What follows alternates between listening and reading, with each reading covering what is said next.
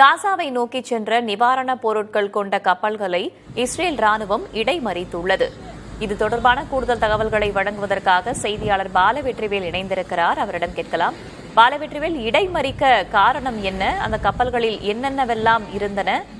இஸ்ரேலின் திட்டம் என்ன? வேதா, காசாவை நோக்கி சென்ற மீட்பு கப்பல் குழுவினரை இஸ்ரேல் ராணுவம் இடைமறித்துள்ளது. 46 நாடுகளை சேர்ந்த அமைதி குழுவினரை இஸ்ரேல் ராணுவம் கடலில் சிறைபிடித்து வைத்துள்ளதாகவும் தகவல்கள் வெளியாகி இருப்பதால் இது உலக நாடுகளிடம் கண்டனத்தை ஏற்படுத்தியுள்ளது. நமக்கே தெரியும், கடந்த 2 வருடங்களாக காசாவில் நடைபெற்று வரும் போரின் காரணமாக 65,000த்திற்கும் மேற்பட்ட பாலஸ்தீன மக்கள் கொல்லப்பட்டு வருகின்றனர். இந்நிலையில் தான் 2007ஆம் ஆண்டு முதல் கடல் வழியாக காசாவிற்கு செல்வதற்கு இஸ்ரேல் கடல் மறுப்பு வலயம் என்கின்ற ஒரு வலயத்தை உருவாக்கி கொள்கையாக வகுத்துள்ளது.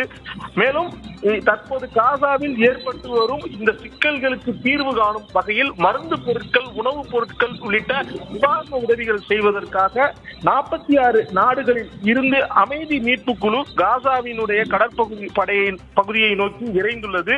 40க்கும் மேற்பட்ட கப்பல் கூட்டங்கள் கொண்ட இந்த மீட்பு குழுவில் 500 நாடாளுமன்ற உறுப்பினர்கள், சட்டவாதிகள் மற்றும் சமூக செயற்பாட்டாளர்கள் உள்ளிட்டவர்கள் இருக்கிறார்கள்.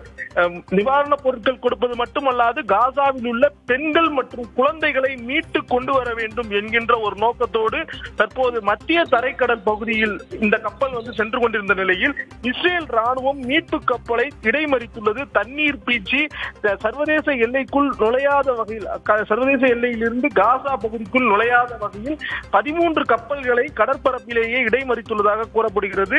37 நாடுகளை சேர்ந்த 201 பேர் இந்த இடைமறிக்கப்பட்டுள்ள கப்பலில் இருப்பதாகவும், ஸ்பெயின், இத்தாலி, துருக்கி, மலேசியா உள்ளிட்ட நாடுகளை சேர்ந்த தன்னார்வலர்கள் இருப்பதாக கூறப்படுகிறது. பாதுகாப்பு காரணங்களுக்காக இத்தகைய மறுப்பு அவசியம் என இஸ்ரேல் தன்னுடைய நிலைப்பாட்டை தெரிவித்திருக்கும் நிலையில், முக்கியமாக இந்த சுற்றுச்சூழல் போராளி கிரேட்டா தன்பெர்க்கினுடைய கப்பலும் தற்போது நிறுத்தப்பட்டு இஸ்ரேல் படையினரால் சூழப்பட்டிருக்கக்கூடிய அந்த காட்சிகள் வெளியாகி இருக்கும் நிலையில இது உலகம் முழுவதும் கடும் கண்டனத்தை ஏற்படுத்தி இருக்கிறது.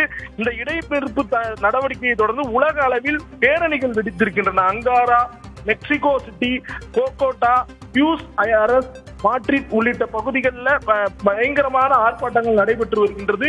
கொலம்பியா அதிபர் குஸ்டாவோ பெட்ரோ இஸ்ரேலிய தூதரக அதிகாரிகள் தங்கள் நாட்டை விட்டு வெளியேற வேண்டும் என்றும் பெஞ்சமின் நெதன்யாகு செய்துள்ள புதிய சர்வதேச போர்க்குற்றம் என விமர்சித்திருக்கிறார். ஏற்கனவே காசா மக்கள் மீது இஸ்ரேல் தாக்குதல் நடத்தி வரும் நிலையில் அவர்களுக்கு தேவையான நிவாரண உதவிகள் செல்வதற்கு கூட தடை விதித்திருப்பது மிகப்பெரிய அளவில் சர்வதேச கண்டனங்களை ஏற்படுத்தி இருக்கிறது. வேதா, காசாவில் இருக்கக்கூடிய மக்கள் விரைந்து தெற்கு பகுதிக்கு வெளியேறணும், உயிர் பிழைக்கிறதுக்கு இதுதான் கடைசி வாய்ப்பு அப்படின்னு இஸ்ரேலிய அமைச்சரும் எச்சரிக்கை செய்திருக்கும் நிலையில காசாவில் தற்போதைய நிலவரம் என்ன? பாலவெற்றிவேல். வேதா, 2 வருடங்களாக தொடர்ச்சியாக ஹமாஸ் அமைப்பினர் மீது தாக்குதல் நடத்துகிறோம் என்கின்ற பெயரில் காசாவில் உள்ள லட்சக்கணக்கான மக்கள் மீது அவர்கள் வாழ்ந்த இல்லங்கள் அடையாளம் தெரியாத அளவுக்கு இஸ்ரேல் ராணுவம் சிதைத்திருக்கிறாங்க.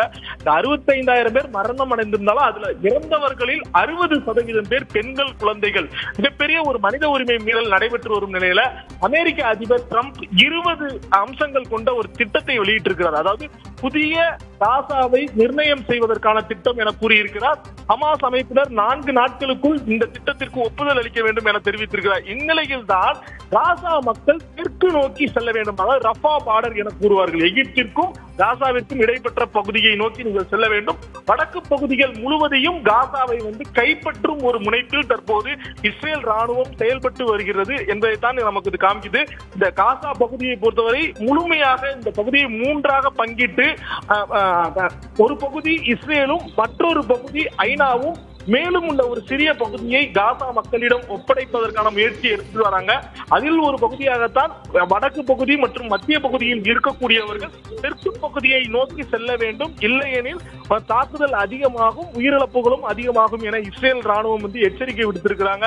சர்வதேச நாடுகளிடம் இருந்து இஸ்ரேல் மற்றும் பெஞ்சமின் நெதன்யாகுவை தனிமைப்படுத்துவதற்கான முயற்சிகளிலும் ஐநாவில் நடைபெற்று வரும் நிலையில இஸ்ரேல் தற்போது கடுமையாக காசாவின் மீது தாக்குதல் நடத்துவதற்கான முயற்சிகள் மற்றும் செயல்பாடுகளில் ஈடுபட்டு வருகிறார்கள். வேதா, விரிவான தகவல்களுக்கு நன்றி பாலவெற்றிவேல்.